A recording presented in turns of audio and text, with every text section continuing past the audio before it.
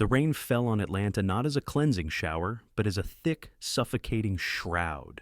It hammered against the windshield of Detective Marcus Holloway's unmarked sedan, the wipers fighting a losing battle against the deluge.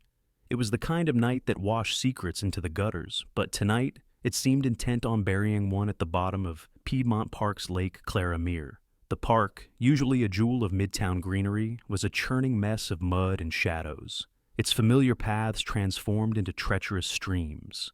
Flashing blue and red lights bled into the wet darkness, painting the ancient oak trees in frantic strokes of alarm.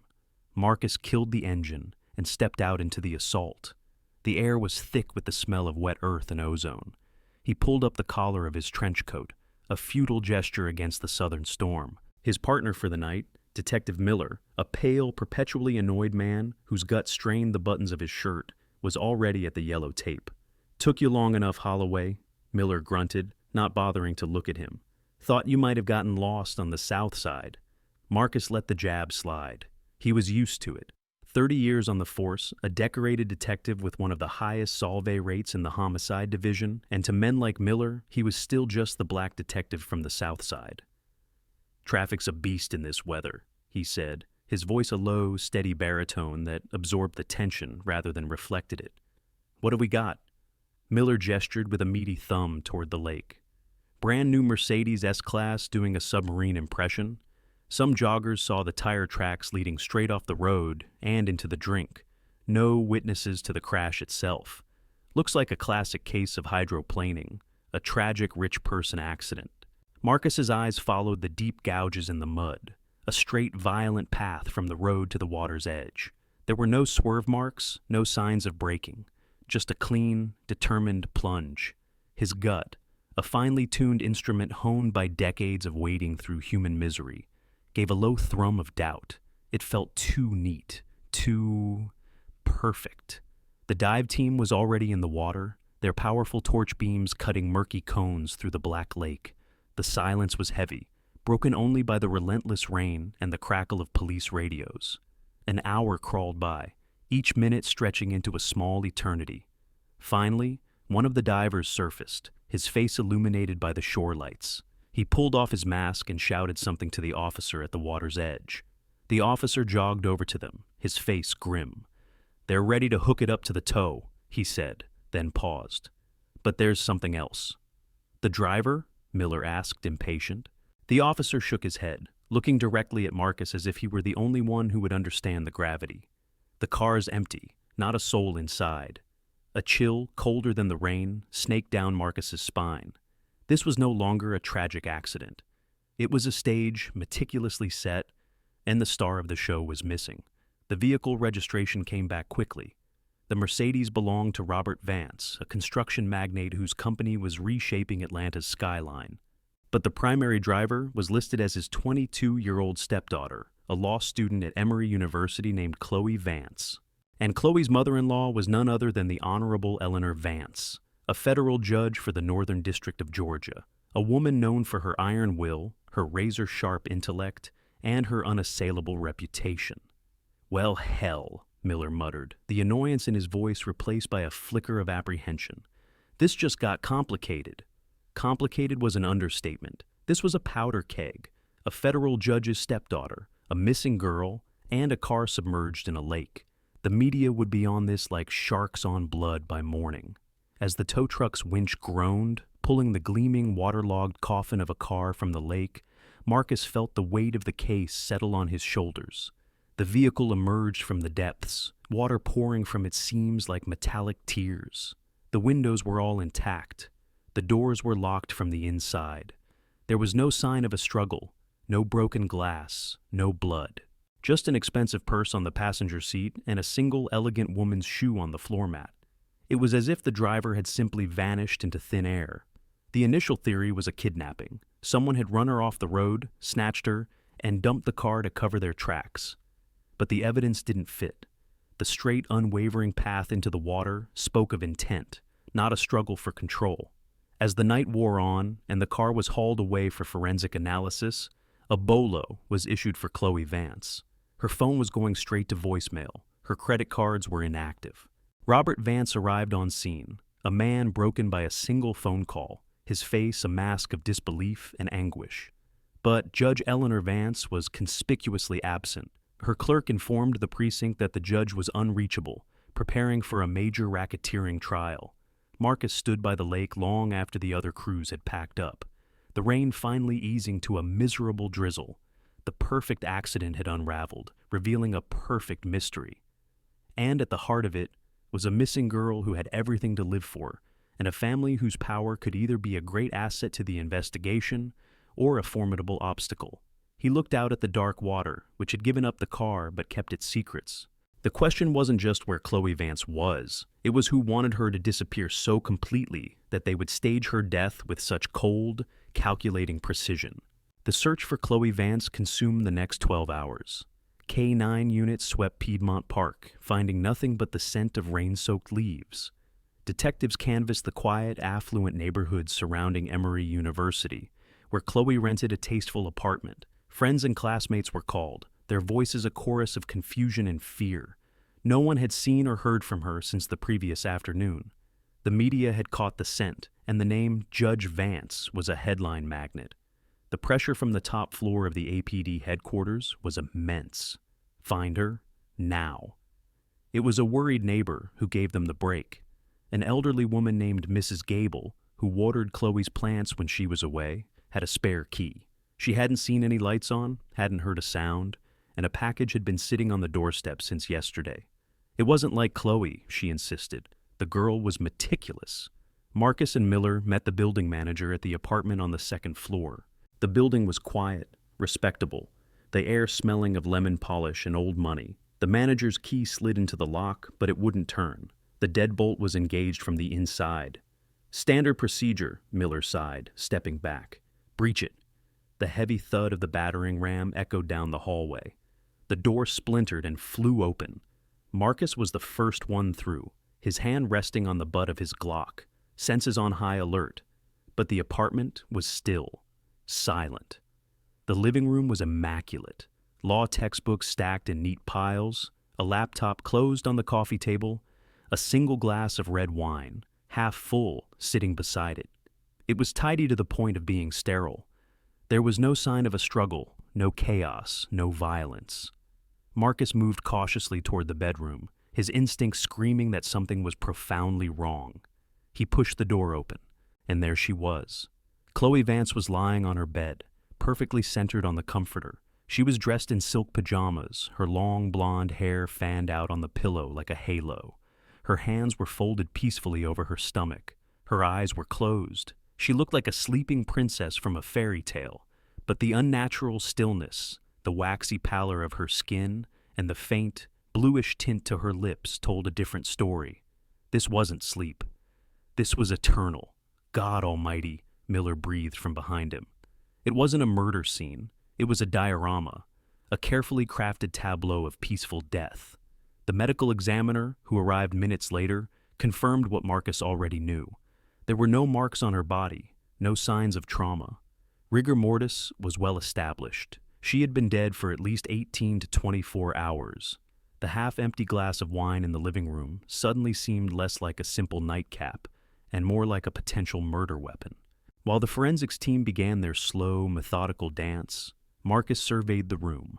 On the nightstand was a framed photo of Chloe with her father, both smiling on a sailboat. There was another of her with a group of college friends.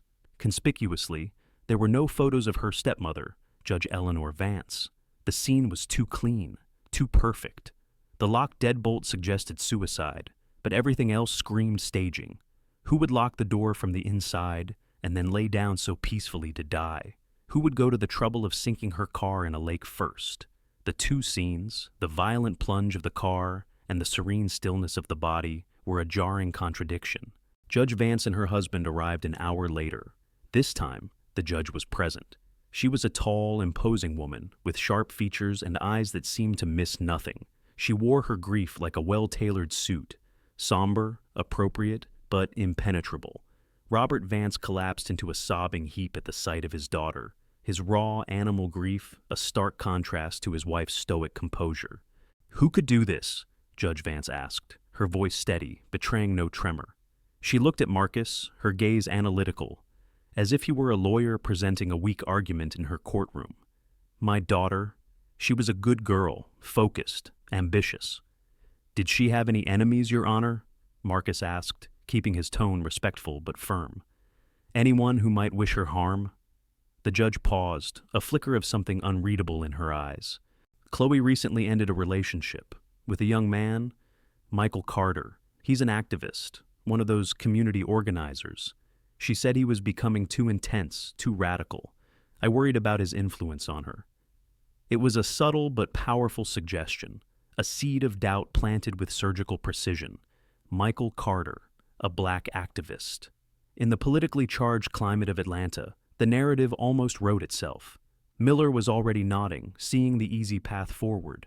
The angry, jilted black boyfriend. It was a trope as old as the city itself. Marcus felt a familiar tightening in his chest. He had seen this play out 100 times before. A complex case, a powerful family, and the convenient scapegoat who fit a pre-approved profile. While the forensics team bagged the wine glass and swabbed every surface, Marcus found Chloe's journal on her desk.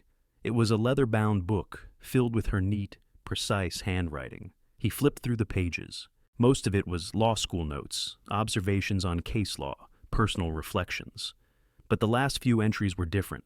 The handwriting was more hurried, agitated. The final entry, dated 2 days before her death, was short and chilling. I know the truth now. The Cortez case. It's all a lie.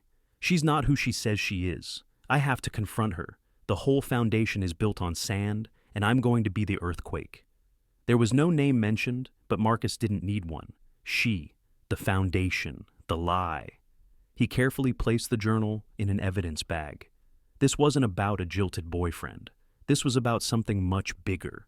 Something Chloe had uncovered that was so dangerous, it had cost her her life. He looked over at Judge Vance, who was now consoling her husband, her hand resting on his shoulder in a gesture of support. But her eyes, cold and calculating, met Marcus's across the room. It was a silent challenge. He had found a loose thread, and she was daring him to pull it, knowing full well that it could unravel everything, the entire system she represented. The morning sun did little to dispel the gloom that had settled over the precinct. The Chloe Vance case had officially become the city's obsession. News vans were camped outside the building, and the chief's office was fielding calls from the mayor, the governor, and a U.S. senator. The pressure was a physical force pressing down on the homicide division, and a clear narrative was already taking shape, one that Marcus found deeply unsettling. He was in Captain Davies' office, a cramped space that smelled of stale coffee and desperation. Davies, a man whose political ambitions far outweighed his policing skills, was pacing in front of his desk. The district attorney, a slick, media-savvy man named Richard Sterling, was leaning against the wall, his arms crossed. Miller was there too, looking smug. "Let's keep this simple, Marcus," Davies began, avoiding eye contact. "The victim's mother, a federal judge, I remind you, points us to an ex-boyfriend, Michael Carter. We pull his file. Multiple arrests at protests, resisting arrest, inciting a riot. The kid's a professional agitator." "He's a community organizer, Captain," Marcus corrected, his voice calm. "Those charges were all dropped. He was exercising his First Amendment rights." D.A. Sterling scoffed. "Oh, please! Let's not get lost in the weeds. We have text messages. A nasty breakup." Chloe told him to leave her alone. He sent one back saying, "You'll regret this." It's a classic domestic dispute, jilted lover, crime of passion. It's clean, it's simple, and it's a story a jury will understand. The racial arrow, as Marcus called it, had been fired. It was a tactic as old as the justice system itself. When a case was complicated or involved powerful people, find a black man to pin it on. The system was designed to make that arrow stick. "It's too clean," Marcus countered, placing Chloe's journal, now sealed in an evidence bag, on the desk. The crime scene wasn't passionate. It was cold, calculated. The car in the lake, the staged body, the locked deadbolt. That's not the work of an angry boyfriend. That's the work of a professional. And Chloe was working on something that scared her. Read the last entry. Davies glanced at the journal and waved a dismissive hand. The Cortez case? Some old fraud case her stepmom presided over? She was a law student, Marcus. They study old cases. It's what they do. You're chasing shadows. With all due respect, sir, Marcus pressed, we're chasing what the victim was chasing. Isn't that our job? To follow the evidence, not the easiest narrative? Sterling pushed himself off the wall. Your job, detective, is to close cases, especially high-profile ones. We bring in Michael Carter. We lean on him. He'll break. They always do. It's the path of least resistance. The phrase hung in the air, thick with unspoken meaning. The path of least resistance. The path that didn't involve questioning a powerful federal judge.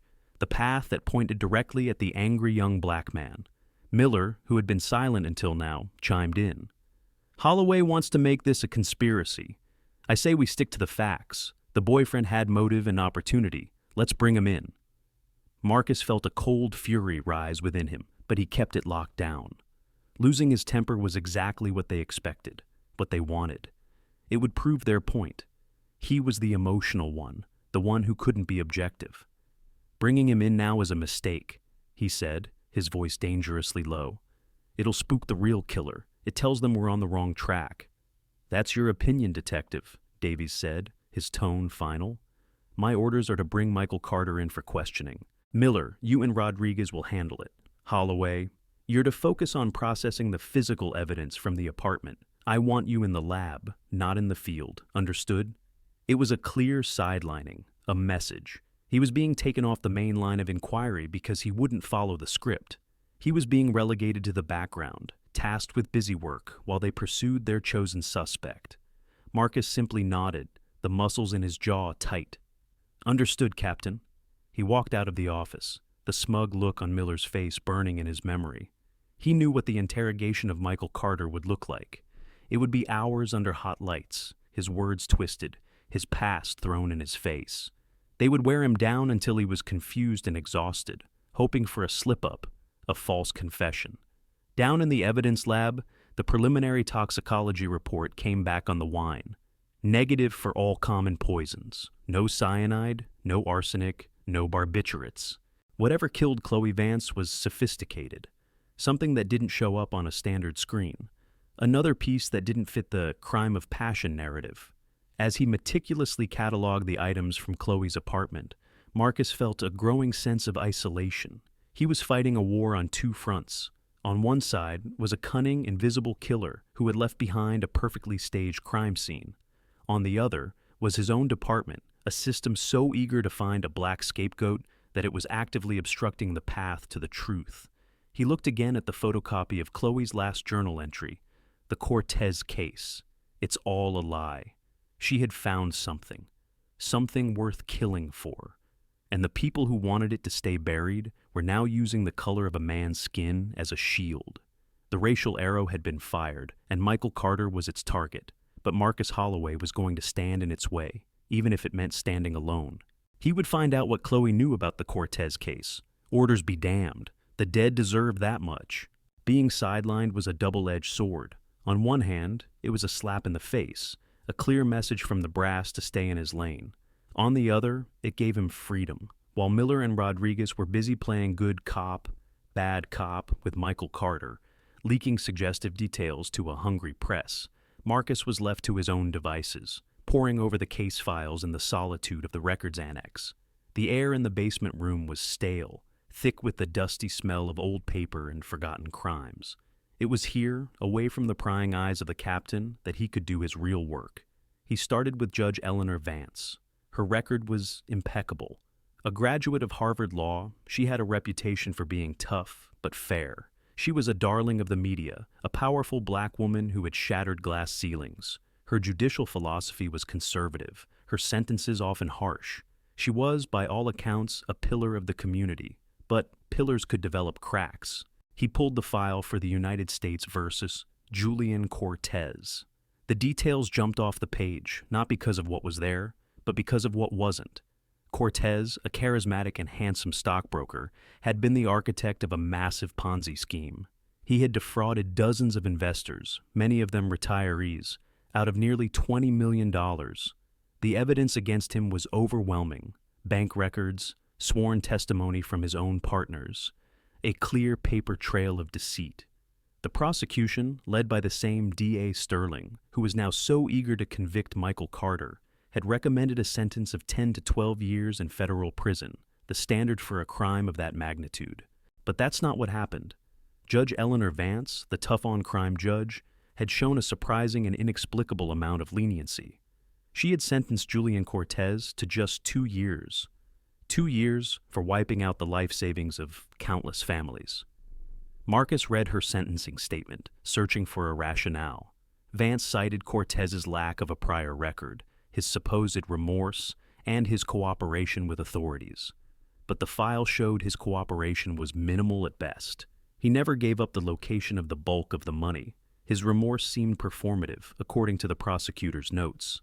The sentence was more than lenient. It was an anomaly, a statistical improbability. A judge known for throwing the book at criminals had, in this one instance, barely tapped Cortez on the wrist. He dug deeper, pulling Cortez's prison and parole records. Cortez had been a model prisoner. He was released in 18 months. After getting out, he hadn't just disappeared. He had founded a non-profit organization called Second Chance Foundation, aimed at helping ex-convicts reintegrate into society. On the surface, it was a redemption story. But Marcus's instincts told him redemption was rarely this well-funded.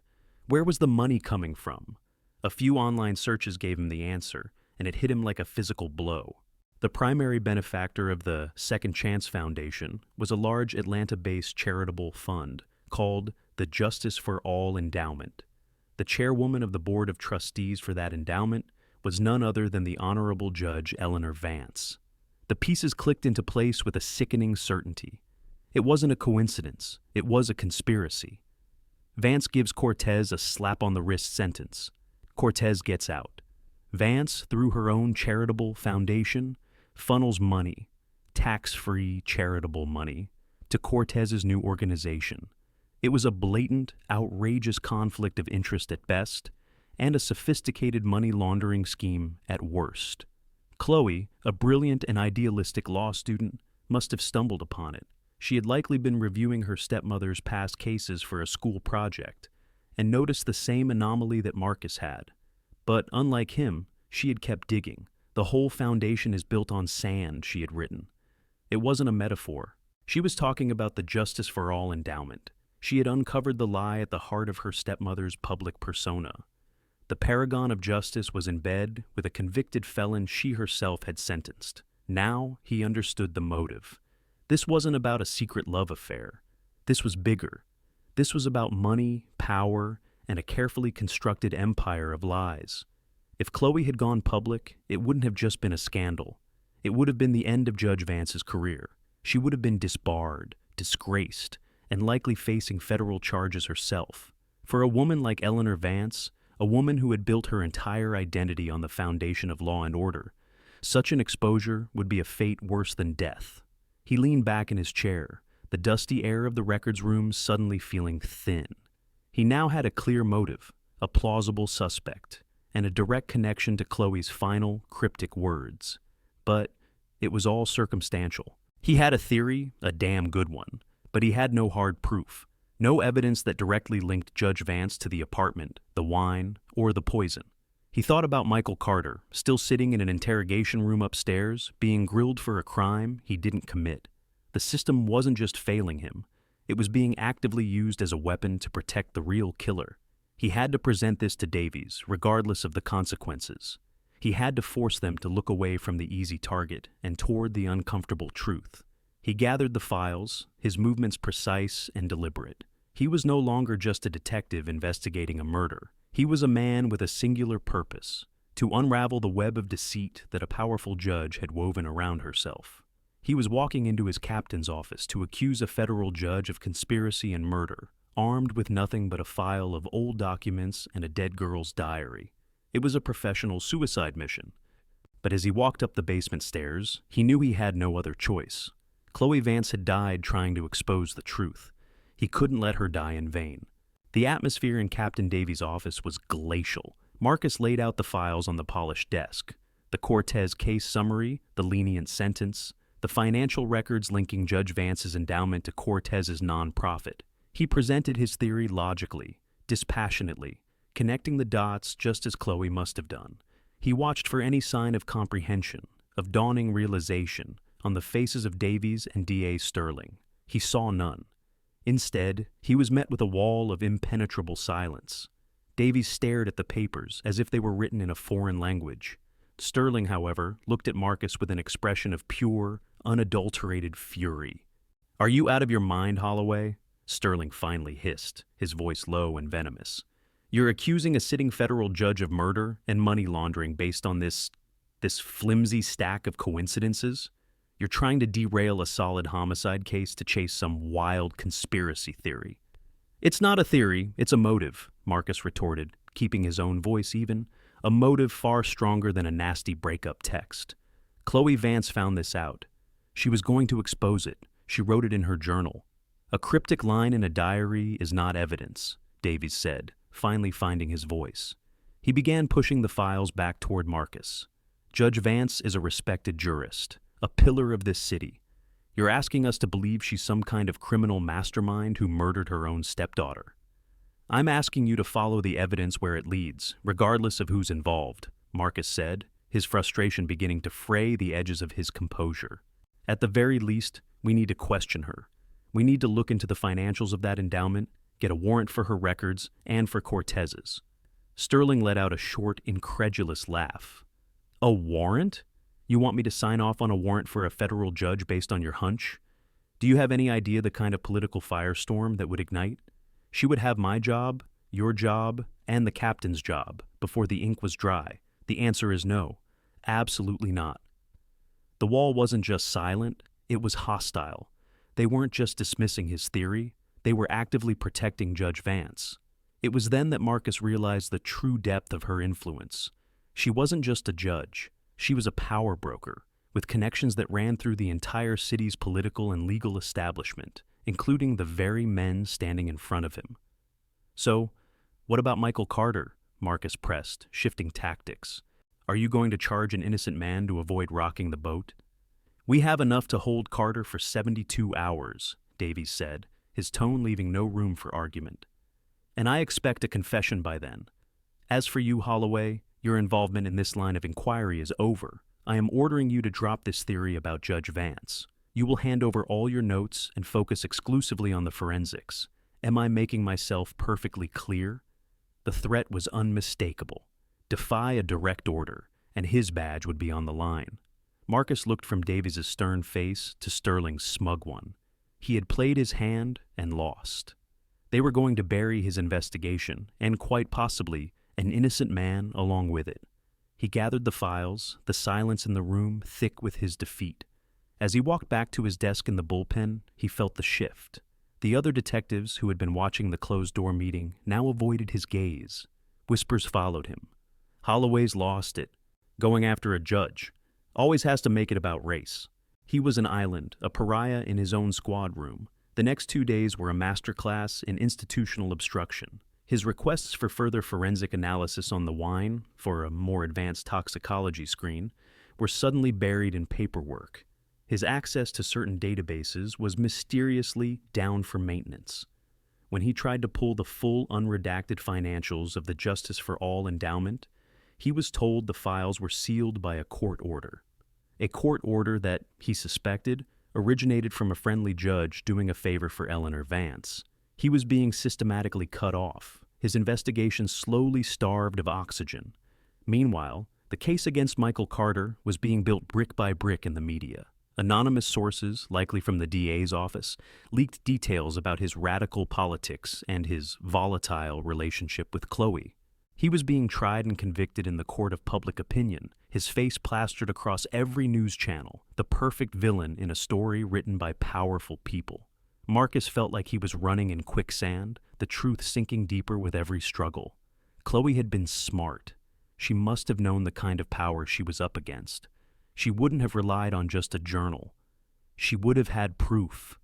Hard, undeniable proof. But where was it? The forensics team had swept her apartment, her car, her laptop. They'd found nothing. He sat at his desk late into the night, the bullpen empty and quiet, staring at a photo of Chloe Vance from her university ID. Her eyes were bright, intelligent, and fearless. She wouldn't have confronted her stepmother without an ace up her sleeve. She had hidden her proof somewhere the police wouldn't think to look, somewhere safe. He thought about her life, her habits, the places that mattered to her. The apartment was too obvious. The university, too public. It had to be somewhere personal, somewhere with meaning. He remembered a detail from the initial interview with her father, Robert Vance. In his grief, he had rambled about Chloe's childhood, about how, even as a teenager, she loved the solitude of the sprawling garden behind their family home in Buckhead, how she had a favorite spot under a massive ancient oak tree where she used to read for hours. It was a long shot, a wild guess born of desperation, but it was all he had left. He knew he couldn't get a warrant based on a hunch. He would be laughed out of the DA's office. He had to find another way, a way to search that garden without raising suspicion. A way to find the earthquake that Chloe had promised to unleash. Getting a search warrant for the Vance family home was impossible. Davies would never sign off on it, and even if he did, Sterling would kill it before it reached a judge. Marcus knew he was on his own, but he also knew the system had loopholes, backdoors for detectives who knew which ones to push. He couldn't get a warrant to search for evidence in Chloe's murder. But what if he wasn't looking for murder evidence? He spent the morning crafting a different kind of request. He framed it as a final, desperate attempt to follow up on the now debunked kidnapping theory. He argued that if Chloe had been abducted from her car, she might have tried to escape and flee through the familiar woods and gardens surrounding her family home, potentially dropping an item, a piece of jewelry, a scrap of clothing. It was a flimsy pretext, but it was plausible enough. He didn't submit the request to Davies, but to a deputy chief in another division, a man who owed him a favor from an old case. And critically, his request wasn't for a full forensic search, but for a K-9 unit to sweep the grounds. A dog couldn't testify in court, but its nose could lead him where a warrant could not. The favor was granted. The next afternoon, Marcus found himself pulling up to the imposing gates of the Vance estate in Buckhead. The mansion was a monument to old money and new power, a sprawling neo-colonial structure surrounded by acres of manicured lawns and pristine gardens. He was met at the curb by a sleek black SUV. Out stepped Officer Henderson, a young, earnest K-9 handler, and his partner, Shadow. Shadow was a magnificent German shepherd, all black fur and intelligent amber eyes. He sat patiently in the back, his focus absolute, waiting for a command. He wasn't a patrol dog trained for aggression. He was a cadaver and evidence detection specialist, his sense of smell 1,000,000 times more sensitive than any human's. "Detective Holloway," Henderson said with a respectful nod. "Chief said you needed the best nose on the force. This is Shadow. What are we looking for?" "We're not sure," Marcus said, keeping his voice carefully neutral.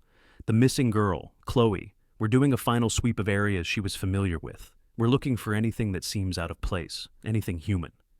He intentionally omitted that Chloe's body had been found. For the purposes of this unofficial search, she was still a missing person. Robert Vance gave them permission to search the grounds, his eyes hollow with grief, oblivious to Marcus's true intentions. Judge Vance was not home. In court, her husband said. A small blessing. Marcus led Henderson and Shadow around the back of the house, into the vast park-like garden. It was beautiful, with stone pathways, a rose garden, and a shimmering koi pond. But Marcus's eyes were fixed on the far end of the property, where a single, colossal oak tree stood, its branches spreading like a cathedral ceiling. Chloe's tree. "Let's start over there," Marcus suggested. Henderson gave Shadow the command. "Seek!" The dog shot off, his nose to the ground, working in a grid pattern with the focus of a master craftsman. For over an hour they swept the garden. Shadow alerted on a discarded gardener's glove and a half-eaten sandwich left by a landscaper, but nothing of consequence. Marcus's hope began to fade. Maybe his hunch was wrong. Maybe he had dragged this officer and his dog out here on a wild goose chase, risking his career for nothing. They reached the base of the ancient oak. Its trunk was thick and gnarled, a testament to centuries of endurance. Its roots buckled the earth around it. "Anything?" Marcus asked, his voice tight. "He's not giving me a final indication," Henderson replied, watching the dog's every twitch. "But he's interested. His breathing has changed." Shadow circled the base of the tree, whining softly. He sniffed intently at a large, exposed root, then looked back at Henderson. He circled again, his movements more agitated. He stopped at the same spot, lowered his head, and began digging furiously, sending clumps of dark, rich earth flying. He barked once, a sharp, definitive sound that cut through the quiet afternoon. It was the signal, the final indication. "He's got something," Henderson said, his voice electric with excitement. He pulled a small trowel from his pack and knelt beside the dog, gently pushing him aside. "Easy, boy. Good boy." Marcus knelt beside him, his heart pounding against his ribs. Henderson carefully scraped away the soil where Shadow had been digging. About 6 inches down, the trowel hit something hard with a dull, metallic thunk. It wasn't a rock. It was flat and rectangular. Working together, they carefully excavated the object. It was a small, waterproof, fireproof lockbox, the kind used to store important documents. It was heavy, solid, and sealed tight. Marcus looked at the box, then back at the house, where a woman of the law dispensed justice. Chloe had buried her evidence. She had buried the earthquake. He felt a surge of adrenaline, a profound sense of validation. He hadn't been chasing shadows. He had been following the ghost of a brave young woman who had left him a map. "Is that part of your case?" Henderson asked, his eyes wide. Marcus took the box, its cold weight a tangible confirmation of his theory. "It is now," he said, his voice filled with a grim certainty. "It's the whole damn case." He knew that whatever was inside this box would blow the official narrative to pieces and confirm his darkest suspicions, but it would also paint a target squarely on his back. Opening this box meant declaring war on Judge Eleanor Vance, and it was a war he had to win. The precinct's tech lab was a world away from the manicured gardens of Buckhead. It was a sterile, windowless room, humming with the sound of servers and cooled by an overzealous air conditioner. Marcus sat beside Ben Carter, a young, brilliant forensic technician who could make a laptop sing. On the table between them was the lockbox. It hadn't been easy. Bringing the box in as official evidence without a warrant had required some creative paperwork, listing it as found property during a K-9 training exercise. It was a lie that could get him fired, but it was a necessary one. Ben worked his magic. The lock on the box was simple, but the real protection was inside. Nestled in foam padding was a small encrypted solid-state hard drive. "Military-grade encryption," Ben said, his fingers flying across the keyboard. Chloe wasn't messing around. This isn't something you can just brute force. But she left a clue. He pointed to a small, almost invisible inscription etched onto the drive's casing. Justitia 1704. "Justice," Marcus murmured. "What's the 1704? "Probably a Bible verse," Ben guessed. "A lot of people use them for passwords. It's personal, easy to remember, but hard for others to guess." A quick search confirmed it. Leviticus 17:4 was an obscure passage, but its meaning was potent in this context. "And has not brought it to the entrance of the tent of meeting, to present it as an offering. That man shall be cut off from among his people." Chloe was sending a message from beyond the grave. Her stepmother had failed to bring her crimes to the metaphorical tent of meeting, the court of law, and now she needed to be cut off. Ben typed in the passphrase. A progress bar appeared on the screen. The decryption process began. The wait was agonizing. Marcus paced the small room, his mind racing. He had staked his entire career on the contents of this drive. If it was empty or just filled with college papers, he was finished. After what felt like a lifetime, a soft chime sounded from the computer. "We're in," Ben said, a triumphant grin spreading across his face. A file directory popped up on the screen. It was meticulously organized. One folder was labeled The Affair, another The Foundation. A third was simply titled The Lever. Marcus's breath caught in his throat. He had found Chloe's earthquake. Ben clicked open The Affair. It was a gallery of dozens of photos, taken with a long-lens camera. They were grainy, clearly the work of an amateur, but the subjects were unmistakable. Judge Eleanor Vance and Julian Cortez. There they were, meeting secretly in quiet cafes, sitting on park benches, exchanging envelopes. One series of photos was particularly damning. It showed them entering a boutique hotel in Midtown, separately, and then leaving together 2 hours later. The final photo in the sequence was a close-up taken from across the street. It showed them standing by Cortez's car. He was leaning in, and she was kissing him. It wasn't a friendly peck on the cheek. It was the kiss of two people who shared a deep and dangerous intimacy. So, the rumors were true, Ben whispered, awestruck. But it was the next folder that held the real bombshell. The foundation wasn't filled with photos, but with spreadsheets, bank statements, and copies of internal emails Chloe had somehow managed to acquire. It laid out the entire money laundering scheme in excruciating detail. Judge Vance's Justice for All endowment would receive large, anonymous donations. Days later, a grant of a slightly smaller amount would be awarded to Cortez's Second Chance Foundation for operational costs. The money would then be withdrawn by Cortez in cash or funneled to offshore accounts. It was a clean, brilliant way to wash dirty money, using the pristine reputation of a charity as the ultimate cover. Chloe had tracked the flow of millions of dollars. The final folder, The Lever, contained Chloe's summary of her findings, written with the precision of a legal brief. She had built an airtight case against her own stepmother. It detailed the conflict of interest, the affair, the fraudulent sentencing, and the money laundering. The last document was a draft of a letter she intended to send to the Judicial, Conduct, and Disability Committee and the Department of Justice. It was a declaration of war. Marcus leaned back, the hum of the servers fading into the background. This was so much bigger than an affair. The affair was just the grease that kept the criminal gears turning. Eleanor Vance wasn't just a compromised judge. She was an active participant in a multi-million-dollar criminal enterprise. The light sentence for Cortez wasn't a gift to a lover. It was a business decision, a way to get her partner out of prison so he could manage their operation. And Chloe had uncovered it all. The smart, idealistic law student had done what no federal investigator had ever thought to do. She had audited her own family. Her reward for her integrity was a death sentence. "We've got her," Ben said, his voice barely a whisper. "This is enough to put her away for life." "Almost," Marcus corrected him, his mind already 3 steps ahead. "This gives us the why, a motive so powerful it makes murder seem like a logical choice. But it doesn't give us the how. This doesn't put the poison in her hand. Vance is smart. Her lawyer will tear this apart as the work of a disgruntled stepdaughter, a revenge fantasy. They'll say the photos are doctored, the financial records misinterpreted." He stood up, a new resolve hardening his features. He now had the ammunition he needed. But a gun is useless if you can't pull the trigger. He needed one more piece, something physical.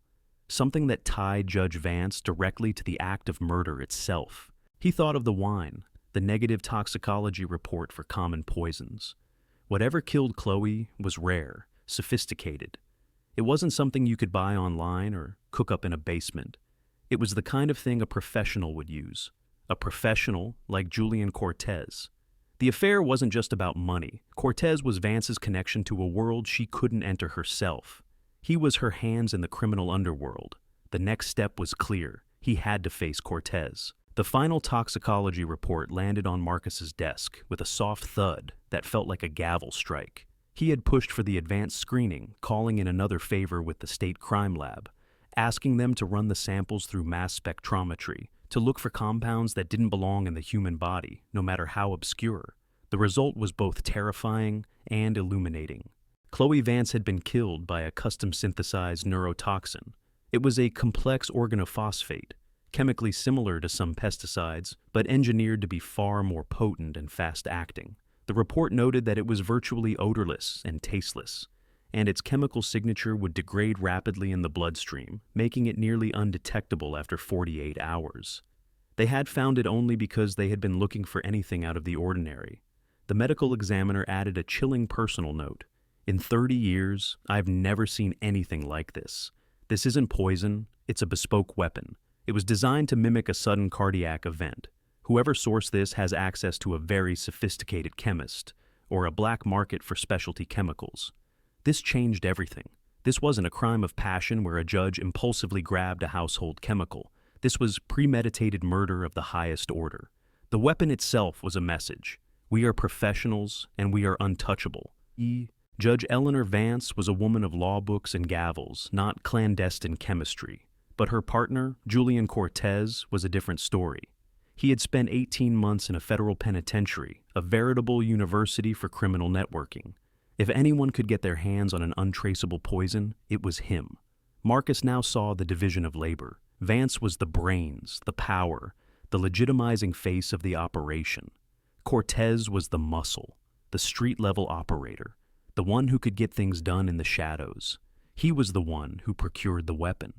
Armed with this new knowledge, Marcus drove to the Second Chance Foundation. It was housed in a slick, renovated loft space in the old Fourth Ward, a neighborhood caught between historic charm and gentrified cool. The office was all glass walls, exposed brick, and motivational posters. It screamed success and legitimacy. Julian Cortez's office was at the back, a corner suite with a panoramic view of the city skyline. Cortez rose to greet him. He was even more handsome and charismatic in person than in his photos. He wore a tailored suit that probably cost more than Marcus's car, an expensive watch, and a smile that was both charming and predatory. He looked less like an ex-con and more like a CEO. "Detective Holloway," Cortez said, extending a hand. His handshake was firm, confident. "To what do I owe the pleasure? I hope you're not here to shake down my non-profit for a donation." Marcus ignored the hand and the joke. He sat down without being invited. "I'm here about Chloe Vance." Cortez's smile didn't falter, but a flicker of something cold passed through his eyes. "A terrible tragedy. I knew her stepmother, of course, through my foundation's work with her endowment. A fine woman. I can't imagine her grief."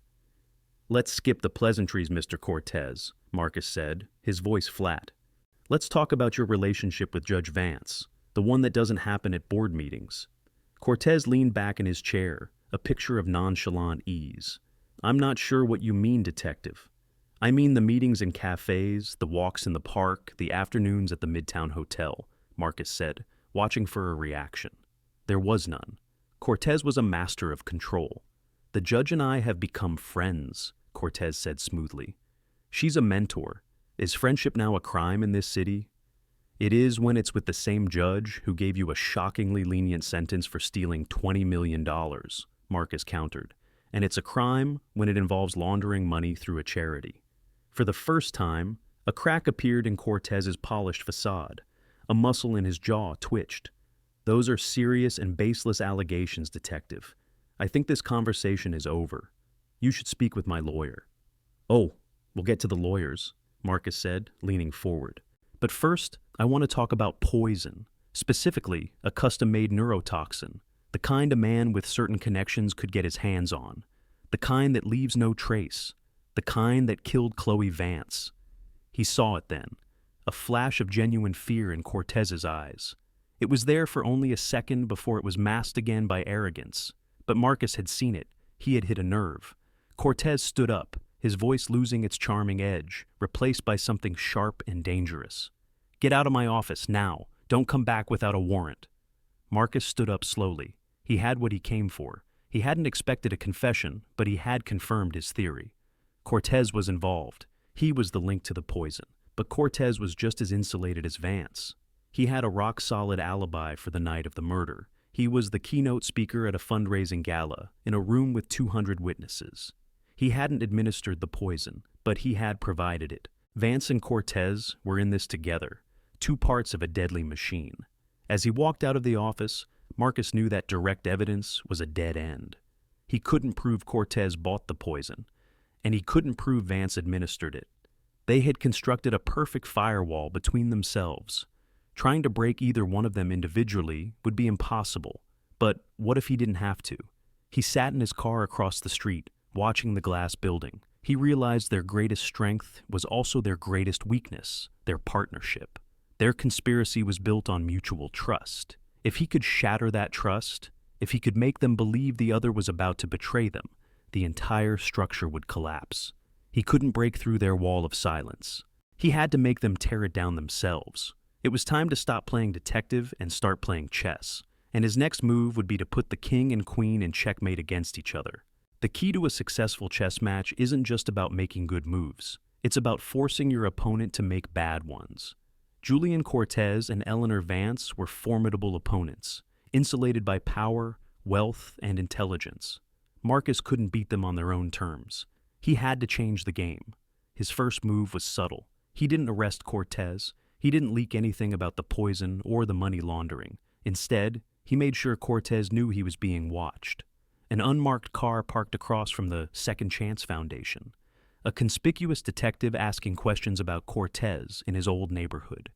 It was psychological warfare, designed to fray his nerves, to make him feel the walls closing in. The real gambit, however, was aimed at Vance. Marcus couldn't confront her directly. Davy's orders still stood, but he could send a message. He arranged a meeting with Robert Vance under the pretense of returning some of Chloe's personal effects that had been logged into evidence. He met the grieving father at a coffee shop in Buckhead, a place he knew Eleanor Vance frequented. "I just wanted to offer my condolences again, Mr. Vance," Marcus said, his voice gentle, "and to assure you we are pursuing every possible lead." "Any progress?" Robert asked, his eyes pleading. "The news keeps talking about that boy, Michael. But Chloe wasn't afraid of him. Not really." "We're looking at all angles," Marcus said carefully. "Actually, Chloe was a remarkable investigator herself. We found some of her research. It seems she was looking into an old case her stepmother presided over. The Julian Cortez case. Do you know if she ever mentioned him?" Robert Vance frowned. "Cortez? I think I've heard his name. Eleanor's foundation helps his group, I believe. Chloe never mentioned him to me, but she'd been distant lately. Secretive." Marcus nodded, feigning sympathy. "We believe her research might be connected to her death. The work she was doing was dangerous. We recovered a hard drive of hers. It's heavily encrypted, but my tech people are confident they can crack it. They think it contains everything she found. Once we have that, we'll know the truth." He was laying a trap, and Robert Vance was the unwitting bait. Every word was a calculated bluff. They had already cracked the drive, but he was pretending they hadn't. He was creating a timeline, a ticking clock. He knew Robert would go home and repeat this conversation to his wife. He would tell her that the police had Chloe's secret hard drive and were on the verge of unlocking everything. He watched Robert Vance leave, a pang of guilt gnawing at him for using a grieving man. But it was a necessary evil. Now, the clock was ticking in Eleanor Vance's mind. She would know that her carefully constructed world was about to be blown apart. Her first instinct would be to contact her partner, her co-conspirator. She would need to meet with Cortez to decide what to do, how to handle the new threat. Marcus had already put a surveillance team on both Vance and Cortez. For 2 days, there was nothing. They were disciplined, communicating through encrypted apps or burner phones, if at all. Marcus started to worry his bluff hadn't worked. Then, on the third night, he got the call he was waiting for. "We've got movement," the surveillance officer said, his voice crackling with excitement. "The judge just left her house. She's not in her usual vehicle. She's driving a loaner from the dealership. She's heading north on Peachtree." 10 minutes later, another call. "Cortez just left his condo. He's also on the move. They're both heading for Buckhead." They were meeting. They had taken the bait. The surveillance teams tracked them to a high-end, discreet restaurant called Area, known for its secluded booths and powerful clientele. Marcus was already there, sitting in a darkened car across the street with a long-range microphone and a camera. Through the restaurant's large window, he had a clear view of their table. He watched as Vance and Cortez sat down. Their body language screamed tension. Vance was rigid, her words sharp and clipped, even from a distance. Cortez was trying to appear calm, but he kept glancing around, his easy charm gone, replaced by a nervous energy. Marcus's team couldn't pick up clear audio through the thick glass, but the visual was enough. This wasn't a meeting of lovers or business partners. It was a meeting of conspirators whose plan was falling apart. Vance was gesturing emphatically, her hands slicing the air. Cortez was shaking his head, leaning in to whisper urgently. At one point, Vance slammed her hand on the table. A small, controlled explosion of fury. They were arguing. They were blaming each other. The trust between them was fracturing under the pressure Marcus had applied.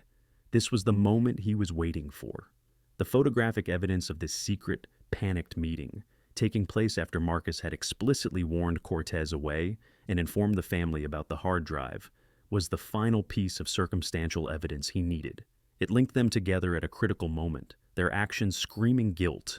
After 40 tense minutes, they left separately, trying to maintain the illusion that they weren't together. But the damage was done. Marcus had the photos. He had the motive from the hard drive. He had the forensic link to the rare poison. He finally had enough to bypass Davies and go straight to the deputy chief.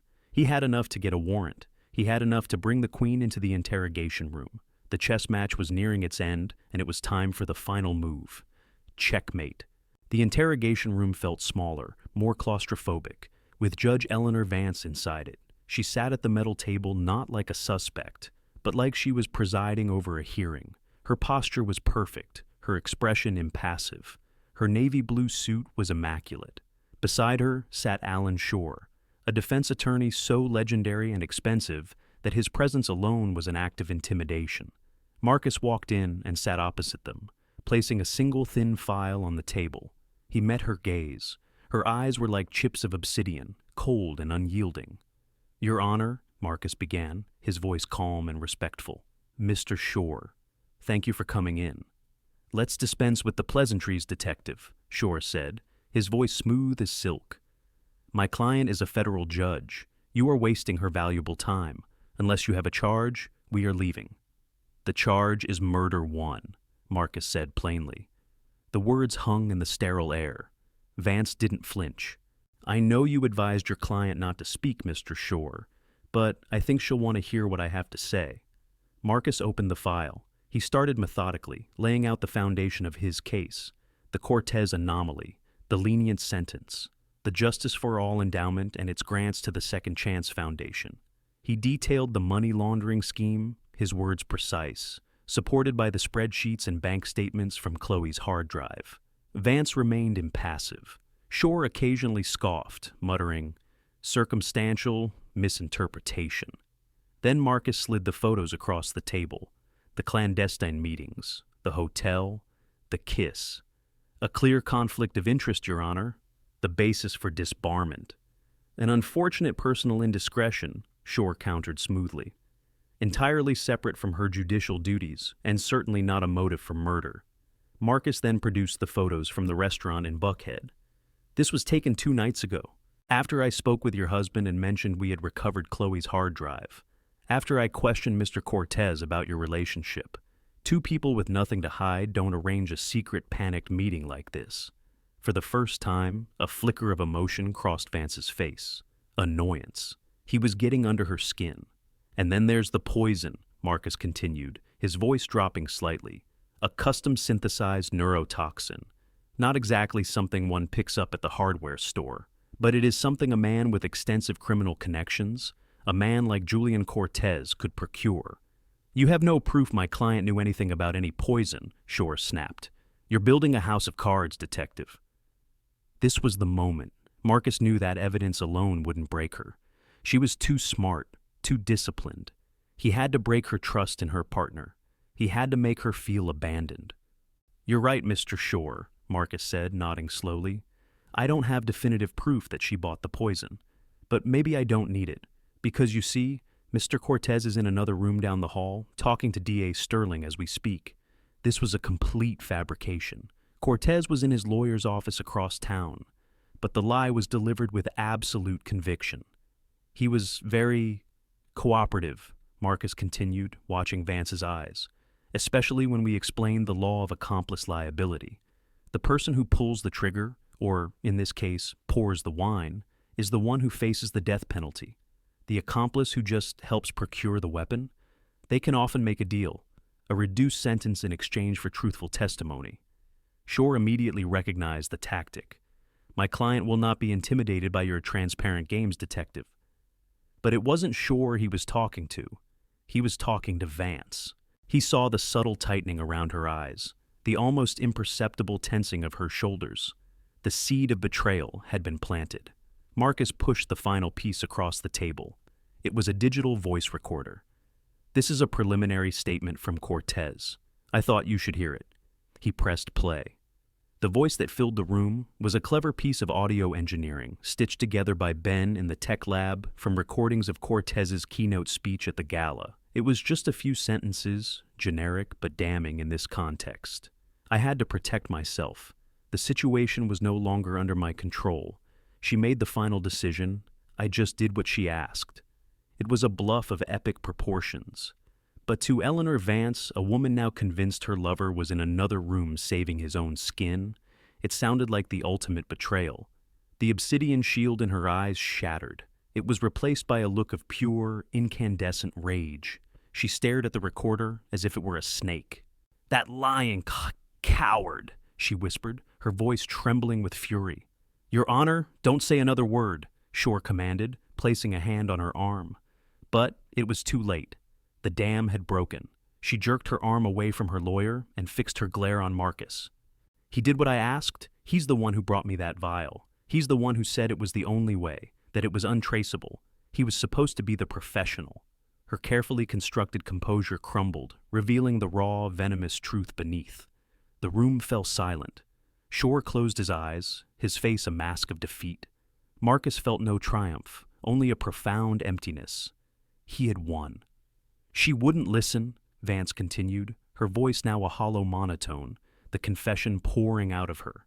"My own daughter, I gave her everything, a beautiful home, the best schools, a name that opened every door, and she was going to throw it all away, destroy me, for some childish notion of truth. I went to her apartment that night to reason with her. I brought the wine as a peace offering, but she just stood there, so self-righteous, waving her evidence in my face, telling me I wasn't fit to wear the robe. She said she was calling the DOJ in the morning. She looked down at her hands on the table, as if seeing them for the first time. So I offered her a glass, a final toast. She had no idea. She just drank it. And in 5 minutes, it was over. All that righteous fire, just gone. Marcus quietly activated the official recording device on the table. "Your Honor," he said, his voice now formal, devoid of all artifice. "Please, start again from the beginning." The confession of Judge Eleanor Vance sent a seismic shockwave through Atlanta and the entire nation's legal community. The headlines were explosive. The gavel and the poison. Justice betrayed. Judge Vance admits to murdering stepdaughter. Scandal on the bench, affair, murder, and millions. The story was a grim cocktail of power, sex, corruption, and betrayal. A media firestorm of unprecedented proportions. A week after the arrest, Michael Carter was quietly released from jail. There was no press conference, no apology from the DA's office. He just walked out, his name cleared, but his reputation tarnished by the baseless accusations. He was a casualty of a system that had been all too willing to sacrifice him to protect one of its own. Marcus visited Robert Vance at his cavernous, empty house in Buckhead. The man looked like a ghost, haunted by the dual betrayal of a wife he loved and a daughter he had failed to protect. They sat in a sun-filled living room that felt cold and sterile. "I never saw it," Robert murmured, staring into a cold fireplace. 20 years, I was married to her. I thought she was the most principled person I had ever met. Honorable, just. And all along, she was a monster hiding in plain sight. He looked at Marcus, his eyes filled with a sad, weary gratitude. "If it weren't for you, an innocent young man would be on trial for my daughter's murder, and her killer would still be sitting on a federal bench judging others. How does that happen?" "Power blinds people, Mr. Vance," Marcus said quietly. "It makes them see what they want to see, and it gives them the ability to make others see it too." The subsequent trials were swift. Julian Cortez, faced with Vance's confession and the evidence from the hard drive, took a plea deal. He testified against the network of politicians and businessmen who had used the Justice for All endowment to launder money, and in exchange received a lengthy but not life-threatening sentence for his role in the conspiracy and for procuring the poison. Eleanor Vance's trial was the main event. She pleaded guilty not to first-degree murder, but to voluntary manslaughter, claiming it was a crime of passion, a momentary lapse in judgment. Her defense team, a new set of high-priced lawyers, painted Chloe as a cruel, blackmailing daughter and Vance as a desperate mother pushed to the brink. But the jury saw through it. The cold, calculated nature of the poison, the elaborate cover-up, it all pointed to a mind that was not passionate, but predatory. They found her guilty of first-degree murder. The sight of a former federal judge, stripped of her power and prestige, being led away in handcuffs to spend the rest of her life in prison, was a stunning fall from grace. Months later, Things at the precinct had settled into a new normal. Captain Davies was quietly transferred to a desk job in administration. D.A. Sterling announced he would not be seeking re-election. The system, in its slow, grinding way, had corrected itself. But the scars remained. Marcus sat at his desk late one night, long after the bullpen had emptied. On his desk was a small framed photo. It had been sent to him by Robert Vance. It was a picture of Chloe grinning on a sailboat, the wind in her hair, her eyes bright with the promise of a future she would never have. He had solved her murder, but there was no sense of victory. There was only a profound sadness for the lives that had been destroyed by ambition and deceit. The final unspoken lesson of the Vance case resonated deeply within him. Justice is often depicted as a blindfolded woman holding a scale. The blindfold is supposed to signify impartiality, that justice is blind to wealth, power, race, or creed. But Marcus knew better. He had seen firsthand that when the system itself is blind, it's not impartial. It's just ignorant. It becomes blind to the inconvenient truths, blind to the subtle arrows of racism, blind to the corruption festering right under its nose. True justice, he realized, requires its agents not to be blind, but to have the sharpest vision possible. It requires them to have the courage to see through the robes and the reputations, to look past the easy answers and the convenient scapegoats. It requires them to see the truth, no matter how ugly it is, and no matter how powerful the person trying to hide it. Chloe Vance had seen the truth, and in the end, it was his job to make sure everyone else did too. The phone on his desk rang. Another call, another case, another shadow to chase. Marcus picked it up, ready to open his eyes and see into the dark once more.